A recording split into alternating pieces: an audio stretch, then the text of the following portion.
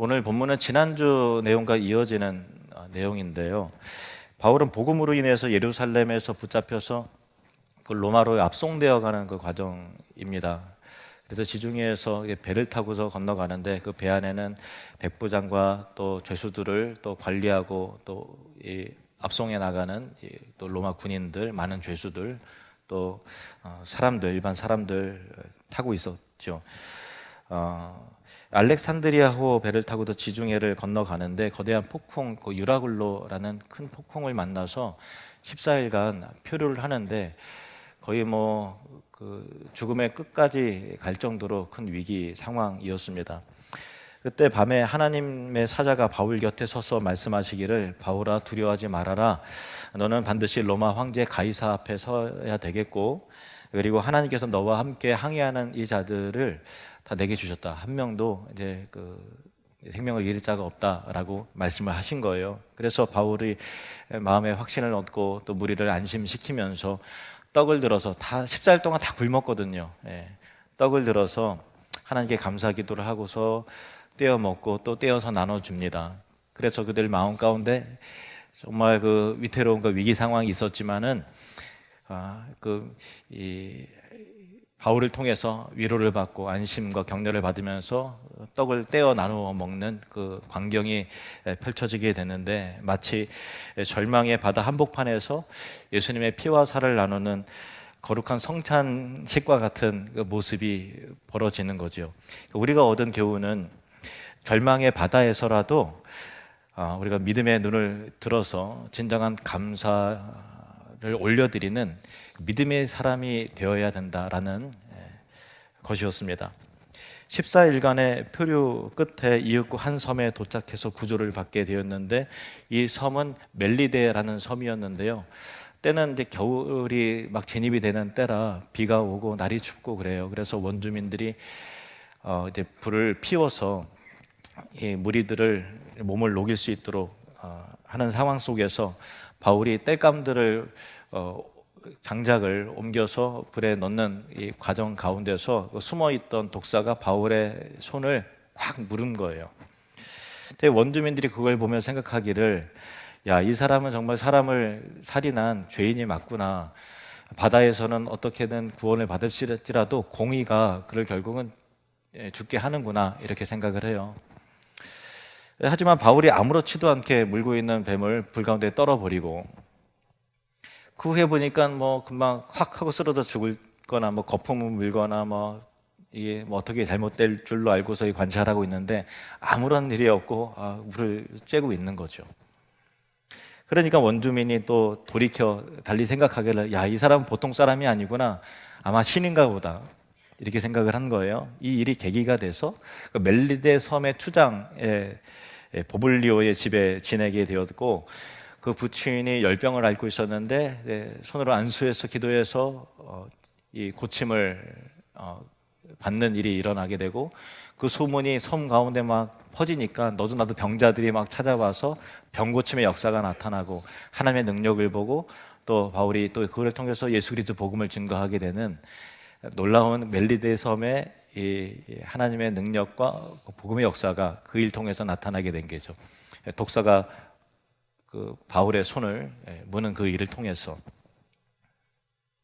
우리 삶 속에서 풍랑이 갑자기 불어닥치고 또 엎친 데 덮친 격으로 독사에 물리는 것 같은 뜻밖의 당황스러운 일들이 펼쳐지게 될 때 우리가 두려워하거나 당황하지 말고 오히려 이 일을 통해서 이루실 하나님의 위대한 일들을, 선하신 일들을 기대하는 것, 그것이 바로 믿음의 눈을 가진 사람들입니다. 지난 수요일 캄보디아 사모님들이 우리 교회 방문을 했는데요. 수요예배 때 오신 분들은 그 한성호 선교사님 이 말씀 가운데 그 간증을 통해서 이미 익히 들어서 알고 계시겠지만, 사모님들이 다행히 비자가 다 나온다고 중간에 다 했고, 그래서 나올 줄로 알고서 다 한국행을 준비를 한 거죠. 두꺼운 옷도 사고 겨울 장갑도 구하고, 보니까 머리도 예쁘게 하고 또 이렇게 준비를 하고, 또 푸놈펜에 수도까지 왔다 갔다 하면서 서류도 준비하고, 가족들하고 이게 작별을 하고서 이제 푸놈펜에 이미 집결을 했는데 주일날 비행기가 타고 오면 되는데 그 금요일날 그 비자가 다 거절됐다는 이야기를 들은 거예요. 그러니까 난리가 난 거죠. 예. 그래서 사모님을 다 낙심하고 그 이유인즉슨 너무 시골에 살고 가난하고 통장에 잔고가 없는데 오면 다 불법 체류할 거 아니냐 뭐 이런 걸로 다 거절을 한 건데, 근데 그때는 주말이라 한성구 선교사님이 전화를 해도 대사관에 그 캄보디아 대사관에 한국 대사관에 아무도 전화를 받지 않고, 그래서 무릎 꿇고 하나님께 회개 기도를 드렸다 그래요. 예. 하나님, 제가 뭔가 잘못한 것이 있으면 깨닫게 해주십시오, 알게 해주십시오 기도를 하고, 그리고 부랴부랴 한국에 전화, 또 여러 아는 지인 목사님 교회에 급하게 카톡으로 캄보디아 대사관에, 한국 대사관에 그 이메일을, 편지를 써서 이메일을 좀 보내달라, 꼭 이분들이 한국에 와야 되는 이유에 대해서 적어서 보내라 그래서 저도 문자 받자마자 그때 이제 컴퓨터 앞에 있어갖고 부랴부랴 문자를 이게 해서 이 편지를 해서 PDF 파일로 이메일로 보냈어요. 근데 뭐 다 퇴근해서 아무도 읽지도 않는 것 같은 그런 상황이었고, 그 10개 교회에서 그렇게 했는데요. 근데 전화도 안 받고 하는 상황인데 토요일 날 놀러 기적적으로 이 대사관에 전화도 분명히 안 받는데 다시 이게 그 비자가 승인됐다고 이게 한 명씩 뜨더라는 거예요. 그래서 참 놀라운 살아계신 하나님의 은혜를 경험하면서 그냥 이렇게 한국 방문했던 것보다 오히려 기쁨과 은혜가 7배가 되어서 더 감격스럽게 하나님께서 이 일을 통해서 이루실 일들을 더 많이 기대하게 되고, 또 하나님 앞에 엎드려 기도하게 되고 회개하게 되는 그런 일들이 일어났다는 말씀을 들었습니다. 하나님은 역전의 하나님이시죠. 절망과 고난 속으로 몰아넣으셨다가 죽겠습니다 하면 다시 하나님 꺼내셔서 우리로 돌아보게 하시고, 기도하게 하시고, 겸손하게 하시고, 깨닫게 하시고, 구원하시며 그 과정을 통해서 영광을 받으시는 은혜의 하나님이십니다. 바울과 일행들은 멜리데 섬에서 3개월간 겨울을 보낸 후에 다시 알렉산드리아 배를 타고 로마 반도에 도착을 합니다. 이탈리아 반도가 장화처럼 생겼잖아요. 장화의 그 앞부분 끝에 보면은 수라구사가 있고 또 레기온 그리고 보디오를 거쳐서 드디어 로마에 도착하는 내용입니다. 15절 말씀을 보시면, 그곳 형제들이 우리 소식을 듣고 아비오 광장과 트레이스 타베르네까지 맞으러 오니 바울이 그들을 보고 하나님께 감사하고 담대한 마음을 얻으니라. 이 아비오 광장은 로마에서 로마 수도에서 64km 떨어진 곳이에요.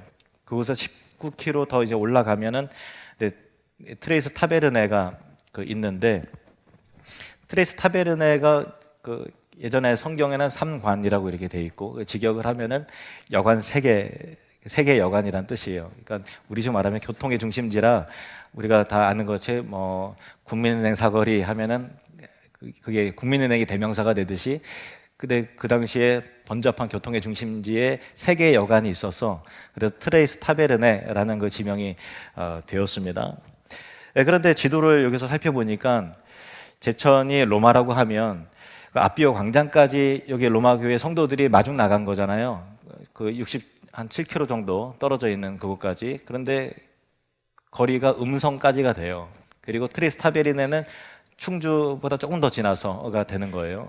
그러니까 로마 교회 성도들이 바울이 이곳에 온다는 이야기를 듣고서 그 멀리까지 마중을 나간 거죠. 충주까지, 음성까지 간 거예요. 그리고 뜻밖의 장소에서 로마 교회 성도들을 만난 바울의 마음이 그들의 나타남으로 말미암아 큰 격려와 위로를 받았고, 그래서 하나님께 더 감사했고 믿음의 담대함을 더욱 얻게 되었다는 것입니다. 바울은 죽음의 위협 속에서 많은 고생하면서 로마에 도착한 거잖아요.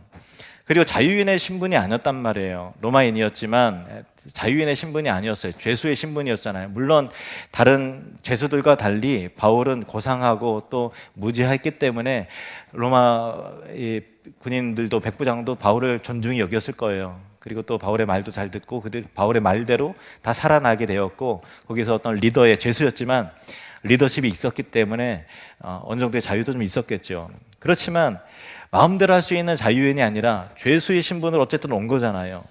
고생하면서 오고 죽다 살아나면서 여기까지 왔는데, 그럼에도 불구하고 감사할 수 있는 은혜 요소를 하나님께서 마련해 주셨다는 거죠. 고난 속에서도 은혜의 요소가 있더라는 거예요. 삶의 고난의 무게가 감당할 수 없는 상황이라도 그럼에도 감사할 수 있는 기쁨의 요소를 하나님께서 우리에게 허락하신다라는 그런 것이죠. 하나님은 우리로 감사케 하시는 하나님이십니다.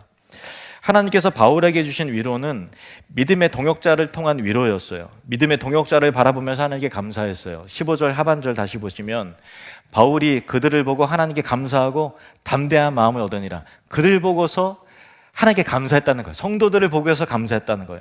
하나님께서 베푸시는 은혜는 대부분 사람을 통해서 전달될 때가 많아요.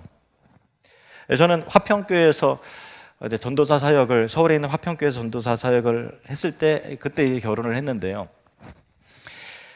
교회는 그 강남 역삼동에 있었어요.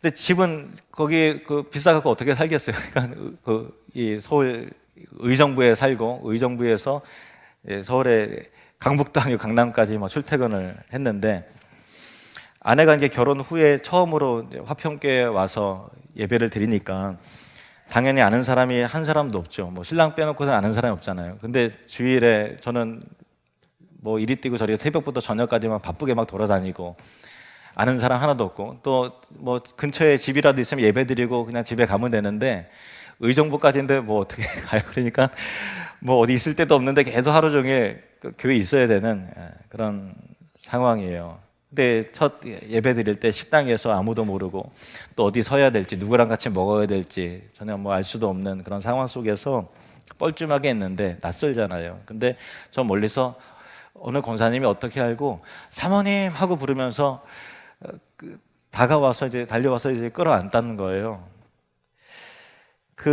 자기를 알아주고 반가이 맞아주는 그 낯선 곳에서, 혼자 동떨어져 있는 그곳에서, 신랑은 어디 갔는지 보이지도 않고 그곳에서 어느 권사님이 불러주는 그 목소리가, 포옹해주는 그것이 얼마나 감사했는지 좀 지금도 잊을 수 없다는 이야기를 해요. 이것이 바로 교회고 교회가 해야 되는 역할인 것이죠. 바울이 죄인의 신분으로 로마에 왔을 때 얼마나 낯설고 또 앞으로 펼쳐질 일들이 인간이기 때문에 참 두렵기도 하고 그랬겠습니까? 근데 멀리까지 마중 나온 로마 교회 성도들을 통해서 하나님은 바울을 격려하시는 거예요. 바울아, 너는 혼자가 아니야. 너는 혼자가 아니야. 이렇게 격려하시는 겁니다. 위로해 주시는 거예요. 하나님은 성도를 통해서 은혜를 베풀고 계시고 동역자를 통해서 사랑과 격려를 알게 하십니다. 하나님의 교회를 우리에게 주신 거예요. 교회를 향한, 동료를 향한, 목회자와 직분자를 향한 감사가 있어야 되는 거예요. 혼자 신앙생활하는 것이 아니라 우리가 함께 하는 이가 있고, 함께 웃고 울어주는 이가 있고, 예배할 수 있는 공간이 있고, 들을 말씀이 있고, 설교가 있고, 부를 수 있는 찬양이 있다는 것, 목회자가 있고, 동료 우리 성도가 있다는 것이 얼마나 참 감사한 일입니까? 이번 사모님들 방문 가운데 우리 끄다드너교회 뽀송 사모님이 함께 있었는데요.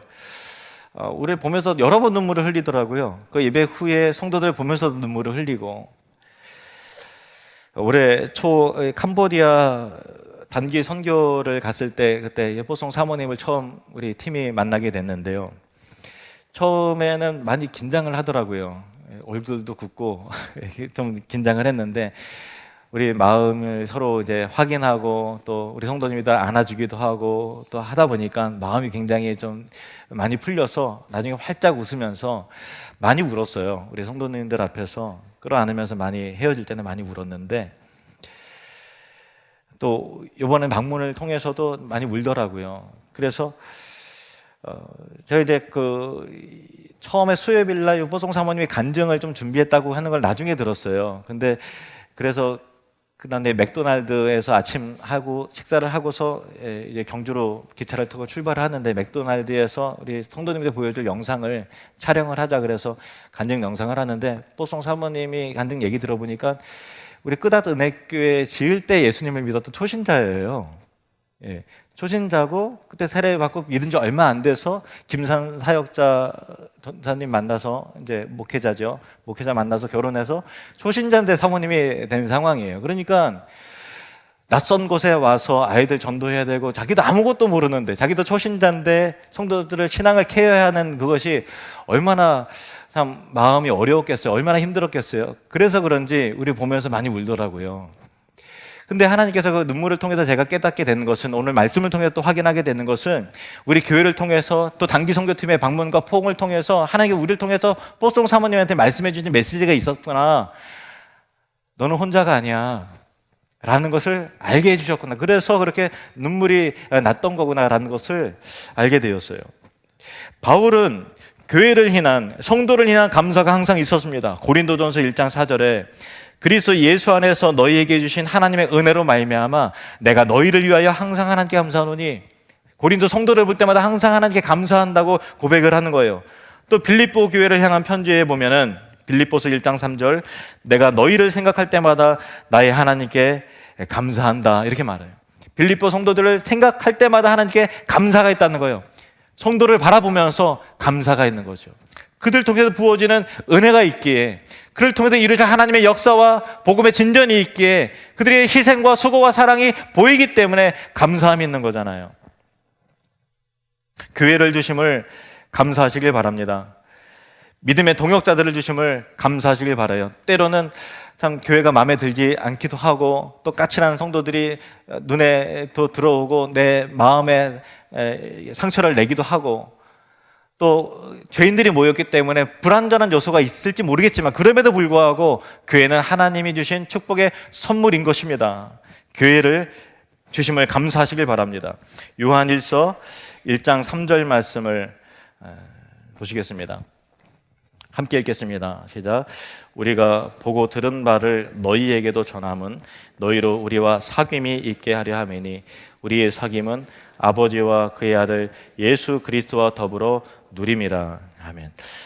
저는 이 구절 읽다가, 우리 교회가 하늘 누림교회이기 때문에 누림이란 단어가 여기 그 신약 성경 유일하게 있는 단어가 이 본문이거든요. 그러니까 갑자기 이 구절이 막 좋아지기 시작하는 거예요. 그래서 그 원문을 살펴봤죠. 어떤 단어가 쓰였을까? 근데 누림이라는 단어는 메타라는 헬라어인데, 독립적으로 쓰는 단어가 아니라 더불어 누린다라는, 함께 더불어라는 그 의미가 있는 누림이에요. 그래서 어떻게 우리가 천국을 누리나 할 때 이 말씀 그대로 그의 아들 예수 그리스도와 더불어 누리는 거죠. 나 혼자 개인적으로 천국의 은혜, 마음의 평강, 혼자 있을 때 사랑을 누릴, 그렇지 않다는 거예요. 공동체와 더불어 예수 그리스도와 더불어 천국의 은혜를 누리는 삶이에요. 함께 있을 때 우리는 아름다운 것이고, 함께 있을 때 위로를 받는 것이고, 말씀이 있는 곳에, 예배가 있는 곳에, 찬송이 있는 곳에, 또 예수 그리스도 이름이 선포되는 곳에 우리가 함께 있어야만 하늘의 영광과 기쁨을 더불어 누린다라는 거죠. 떨어져서는 천국의 은혜를 누릴 수 없습니다. 함께 있을 때 우리는 위로받을 수 있고 격려받을 수 있는 것입니다. 제가 몇 주 전에 제가 이제 목회 편지에도 좀 소개를 했습니다만은, 화평교회에서 같이 사역했던 윤태영 목사님 그 딸 다희 양이 17살인데 갑자기 버스 기다리고 있다가 차가 들이박는 바람에 죽었잖아요. 그래서 보성으로 장례식에 갔어요.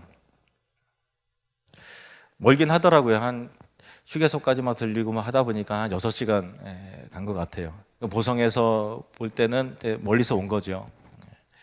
뭐 얘기하고 간 건 아니고 그냥 갔는데, 거기 그 장례식장에서 그 윤태용 목사님 사모님이 저희 부부를 보더니, 제 아내를 보더니 우차선 하고 이게 소리를 지르면서 주저앉고서 끌어안고 서로 엉엉 울었거든요. 우리도 그 딸을 잃은 경험이 있잖아요. 그러니까 제가 그걸 통해서 느끼게 된 것은 뭐냐면, 너무나 최악의 상황, 자식이 죽는 최악의 고통스러운 상황에서도 하나님께서는 누군가를 통해서 위로해 주신다라는 것을 알았어요. 우리가 위로의 대상일 수도 있고 위로를 받을 수도 있고 그런 거죠. 가만히 여러분의 인생을 살펴보세요. 정말 어려운 순간에 함께 있어준 아내가 있고 자식이 있고 또 성도가 있어요. 주변 사람들이 차단하고 또 비난받고 또 굉장히 고독한 그 순간에서도 하나님께서는 누군가를 통해서 항상 격려해 주시고 위로해 주시는 하나님이시라는 것을 여러분 인생을 통해서 아실 거예요. 그 하나님께 감사와 영광을 올려드리시길 바랍니다. 교회는 하나님이 주신 선물입니다. 같이 한번 따라 볼까요? 교회는 하나님이 주신 선물입니다. 한 번 더, 연약한 교회도 하나님이 주신 선물입니다. 아멘.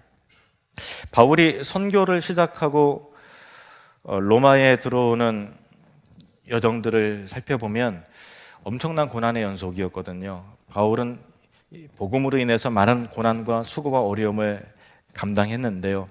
고린도후서 11장 23절에서 27절 말씀 보면 바울이 지난 복음에 전하다가 당한 어려움들을 이렇게 기록하고 있어요. 내가 수고를 넘치도록 하고 옥에 갇히기도 더 많이 하고 매도 수없이 맞고 여러 번 죽을 뻔하였으니 내가 유대인들에게 40에서 하나 감한매를 5번 맞았으며 3번 태장으로 맞고 1번 돌로 맞고 3번 파선하고 이는 이제 그 로마로 오는 그 파선의 표류를 빼야 되니까 이때 이후에 또 파선을 하는 거예요.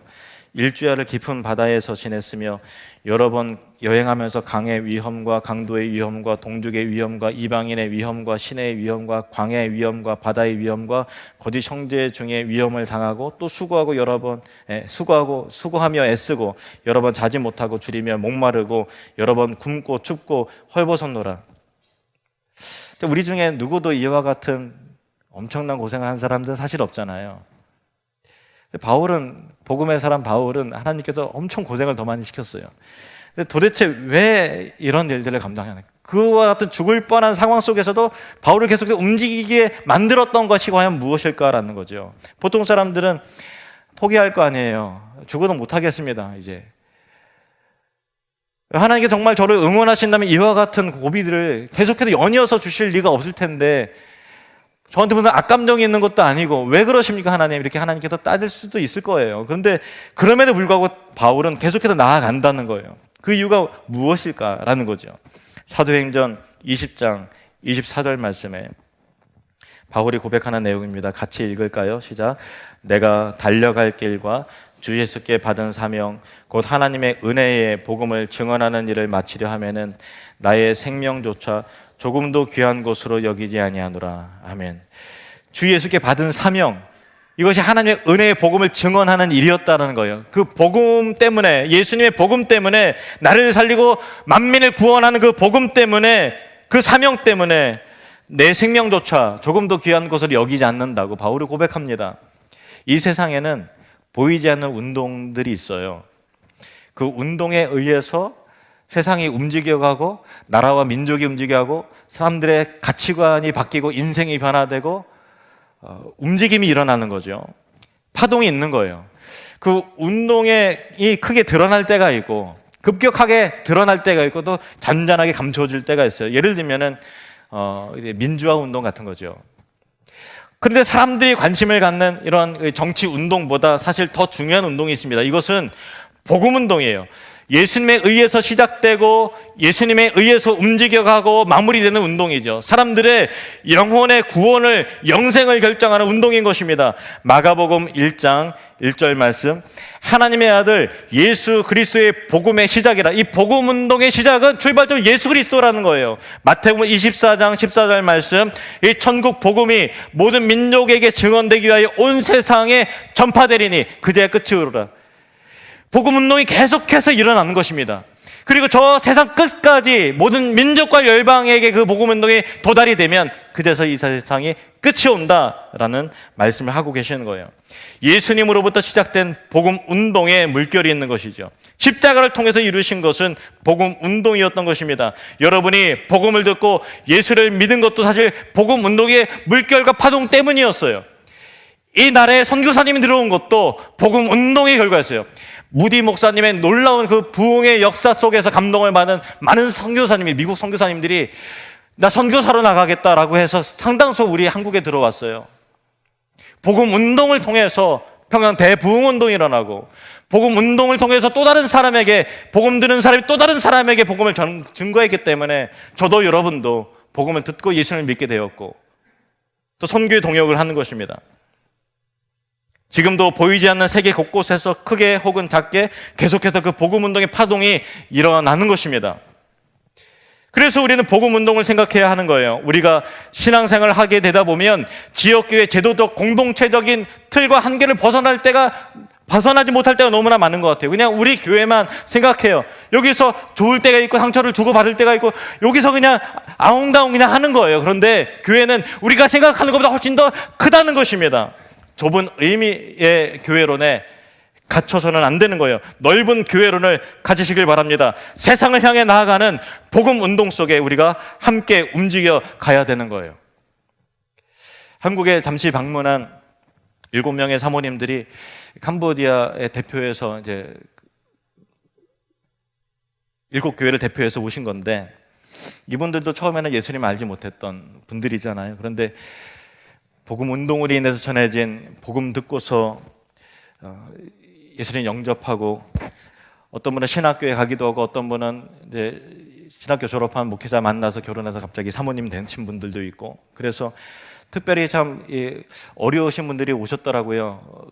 어떤 사모님들은 우리가 생각하는 시골 더 깊숙한 곳에, 예를 들면 우리가 트모방에 근데 그보다 더 깊숙한 곳에 살아서 전기도 들어오지 않고 수돗물도 들어오지 않고 그냥 도랑물에서 멀리 있는 거, 그것도 멀리 있는 도랑물을 물 기어와서 물 이렇게 좀 이렇게 깨끗하게 정화시켜서 먹어야 될 정도로 그런 데 사시는 분도 오셨어요. 몇 명 되지도 않는 그 마을에서 그렇게 헌신하는 귀한 분들이에요. 이분들이 이곳에 온 이유는 한국에 뿌려진 복음 운동의 시작과 그 열매들을 보기 위해서였던 것이죠. 내일부터 일주일간 저희 부부가 대만에 들어가는데요. 약 40명의 대만 선교사님들을 위해서 이제 포커싱 세미나가 열리기 때문에 돕는 스텝으로 가는 겁니다. 한국 사람들인 이분들이 왜 다른 나라에 가서 살까요? 왜 부모 형제가 여기 있는데 왜 그곳에 가서 그 언어를 배우고 그곳에서 어렵게 헌신하며 살까요? 그 이유는 복음 때문인 것입니다. 이 복음 운동은 하나님의 아들 예수 그리스도에 의해서 시작된 운동이에요. 이 물결과 이 파동이 사람을 구원하고 세상을 변화시키는 것입니다. 신자가 된다는 것은, 교회의 일원이 된다는 것은 이 복음의 파동에 나도 영향을 받은 것이고, 교회의 일원이 된다는 것은 이 복음 운동의 파동의 대열에 함께 한다는 것을 의미하는 것입니다. 여러분, 여러분에게 흘러온 복음의 파동이 여러분에게 있어서 계속해서 더 파동으로 가야지 여러분에 와서 그 파동이 딱 중단이 된다. 그건 안 되는 거예요. 하나님 나라에 무조건 동역하고 하나님 나라의 비전을 품은 복음 운동 파동에, 운동에 함께하는 성도들이 되시기를 주님의 이름으로 축원합니다. 바울은 이 복음 운동으로 인해서 3차 선교 여행 때 고린도 교회를, 2차 선교 여행 때 아가야 지역에, 그리스 아가야 지역에서 고린도 교회를 세웠는데 3차 선교 여행을 하면서 고린도 교회를 다시 방문을 해요. 방문하기 전에 에베소에서 3년간 머물면서 썼던 편지가 이제 고린도 전후서고, 이 고린도에서 고린도에 머물러서 로마에 있는 성도를 생각하면서 쓴 편지가 로마서예요. 그 로마서 1장 9절에서 10절 그리고 15절에 보면은 그 편지를 쓴 이유와 목적에 대해서 이렇게 말하고 있어요. 9절에 내가 그의 아들의 복음 안에서 내 심령으로 섬기는 하나님이 나의 증인이 되시거니와 항상 내 기도에 쉬지 않고 너희를 말하며, 로마 성도들을 하나님께 항상 아뢰면서 기도하고 있다는 거예요. 어떻게 하든지 이제 하나님 뜻 안에서 너희에게로 나아갈 좋은 길 얻기를 구하노라. 그러므로 나는 할 수 있는 대로 로마에 있는 너희에게도 복음 전하기를 원하노라. 이렇게 말하고 있어요. 바울이 고린도에서 동역자로 만난 부부가 브리스길라와 아굴라 부부예요. 천막 일하면서 만나서 고린도 교회를 함께 세워나가는 동역자가 되었어요. 그리고 고린도 교회에서의 그 1년 6개월의 사역을 마치고 다시 이제 에베소로 가는데 브리스길라 아굴라 부부가 같이 따라가요. 에베소에서 에베소 교회를 처음 세우는데 브리스길라 부부의 가정에서 세워지는 거예요. 그리고 나서 에베소에는 또 다른 사람이 또 아볼로라는 사람이 또 와서 또 말씀을 또 전하고 동역하고, 브리스길라 아굴라 부부는 어디로 가냐면 로마로 가요. 그래서 로마에서 신앙 공동체를 인도하는 평신도 리더들이 되어 지도자가 되어서 교회를 섬기는 것입니다. 근데 바울이 3차 선교 여행 때 다시 고린도에 와요. 그래서 로마에 있는 브리스길라 아굴라 부부를 생각하고 그들을 통해서 이루어질 신앙 공동체를 생각하면서 너희를 정말 보고 싶다. 나는 정말 너희들에게 가서 이 로마의 심장부인 그곳에 가서 복음을 더욱더 명확하게 너희들에게 알려주고 너희를 통해서 복음이 이 세상의 열방 가운데 확장될 일을 생각하면 가슴이 뛴다. 이런 마음으로 편지를 쓴 것이 바로 로마서입니다. 로마서를 쓰고 나서 바로 로마에 가지 못해요. 3년이 지나서 예루살렘에서 죄수의 신분이 되어서 로마로 압송되어 가면서 그렇게 로마로 이제 로마 군인들과 함께 호송되어서 가는 거죠. 로마에는 그 3년 전에 그 로마서 편지를 읽어보았던 믿음의 형제 자매들이 바울을 3년 동안 기다리고 있는 거예요. 그리고 바울이 온다는 소식을 듣고서는 우리가 마중 나가자. 어디까지 나가요? 앞배우 강대 음성까지 가는 거예요. 또 트레이스 타베르네 충주까지 가서 고생하면서 여기까지 온 바울을 보면서 박수를 치면서 환호하면서 영접을 하는 거예요. 그들이 얼굴을 처음 보지만 복음 안에서 이미 하나 되었기 때문에 얼싸안고 기뻐하면서 눈물을 흘리면서 감사하고 하나님께 예배하고 있는 이 아름다운 정겨운 모습을 한번 보시기 바랍니다. 복음은 우리를 하나 되게 만들어요. 복음 안에는 낯선 사람이 없는 거예요. 처음은 우리를 볼 때 보통 사모님도 울고 우리 성도님도 눈물을 흘리면서 서로 끌어안고 하는 일들이 왜 우리에게 일어나는가? 복음 안에서 하나님께서 사람을 통해서 격려하고 사람을 통해서 위로해 주시는 하나님의 손길을 보기 때문에 그런 것이죠. 다시 본문 11절로 올라가 보시겠습니다. 사도행전 28장 11절. 석 달 후에 우리가 그 섬에서 겨울을 난 알렉산드리아 배를 타고 떠나니 그 배의 머리 장식은 디오스쿠로라. 그 멜리데 섬에서 3개월 동안 겨울을 보낸 후에 알렉산드리아 배를 타고 로마로 떠나는 장면인데요. 여기 배의 머리 장식이 소개가 되었는데 이제 디오스쿠로라는 그 이름까지 소개가 되어 있어요. 근데 디오스쿠로는 제우스 신, 헬라 신 중에서 이제 제우스 신이자 제우스 신의 두 아들, 쌍둥이 두 아들이 있는데 그 쌍둥이 신을 디오스쿠로라고 그래요.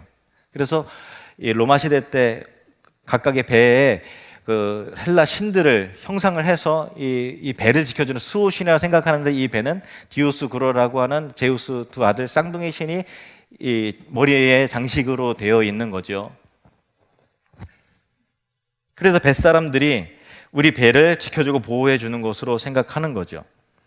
세상의 관점에서 보면 이 배는 알렉산드리아의 곡물을 가득 실은 화물선이고 거기에 또 많은 죄인들이 타고 있고 또 바울도 타고 있고 로마 군인들이 타고 있어요. 그리고 또 디오스쿠로라고 하는 쌍둥이 헬라 신이 뱃머리에 장식되어 있는 배인 것입니다. 세상의 관점에서 보면 그냥 화물선이고 죄인들이 타고 있는 거고 곡물을 실은 그런 배예요. 그러나 그 배 안에는 위대한 복음의 사람이 함께 타고 있다는 거예요. 많은 죄인들을 구원할 복음이 실려 있는 것이죠. 캄보디아 사모님들이 티켓팅이 이렇게 거절됐다가 다시 통과가 돼서 왔어요. 한국행이 열렸구나. 단순한 축하할 일이 아니라 축하를 넘어서서 그 위에 하나님께서 행하실 위대한 계획이 숨어있는 우리는 알 수 없는 거죠. 우리가 지난 여름에 우리 꿈터 아이들이 필리핀에 다녀와서 큰 감동을 받았잖아요. 그냥 단기 선교 갔다 왔구나 그것이 아니라 이 아이들 통해서 어떤 놀라운 변화가 일어날지 우리는 하나님의 계획하심과 하나님의 일들에 대해서 기대함을 갖고 믿음의 눈으로 바라봐야 된다는 것입니다. 내년 여름에도 또 가게 될 텐데 하나님께서 어떤 일들을 그 인생 가운데 어떤 계획하심이 있을지 우리는 믿음의 눈으로 바라봐야 되는 것이죠.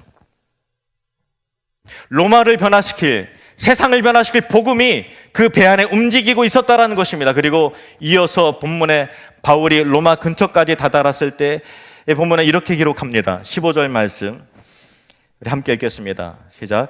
그곳 형제들이 우리 소식을 듣고 아비오 광장과 트레이스 타베르네까지 맞으러 오니 바울이 그들을 보고 하나님께 감사하고 담대한 마음을 얻으니라. 그들을 보고 하나님께 감사했다는 거예요. 그들은 단순한 성도가 아니라 로마서의 편지를 읽었던, 내가 보고 싶었던 사랑하는 성도들이잖아요. 그들 보고서 하나님께 감사했다는 거죠. 단순히 사람이 아니라 그토록 소원했던 복음의 일들이 구체적으로 실현되고 그 열매의 실체들을 보고 기뻐했다는 거예요. 그리고 로마의 심장부에 복음으로 밀고 들어가게 하시는 하나님의 일하심을 보고서 기대하는 마음으로 담대한 마음을 얻었던 것입니다. 오늘 추수감사절이죠. 무엇을 감사해야 될까요? 여러분 도전합니다. 복음을 감사하시기를 바랍니다. 복음운동에 동참하고 있다는 것을 기뻐하시고 감사하시길 바랍니다. 무엇을 감사해야 될까요? 믿음의 사람들과 신앙 공동체를 주신 교회를 향한 하나님께 감사가 있어야 할 것입니다. 무엇을 감사해야 될까요? 고난 속에서도 여전히 나를 사랑하시고 소소한 삶 가운데 사람을 통해 전달되어지는 은혜와 위로의 사람들을 보내주시고 우리 마음을 진정시키시는 하나님의 그 잔잔한 그 은혜와 평강의 은혜를 기억하고 감사하시기를 바랍니다. 무엇을 감사해야 될까요? 바로 옆에 있는 성도들을 향해서, 가족을 향해서 하나님께서 사람들을 통해서 우리에게 위로해 주시고 또 격려해 주시는 그 은혜들 기억하면서 감사하시기를 바랍니다. 기도하겠습니다.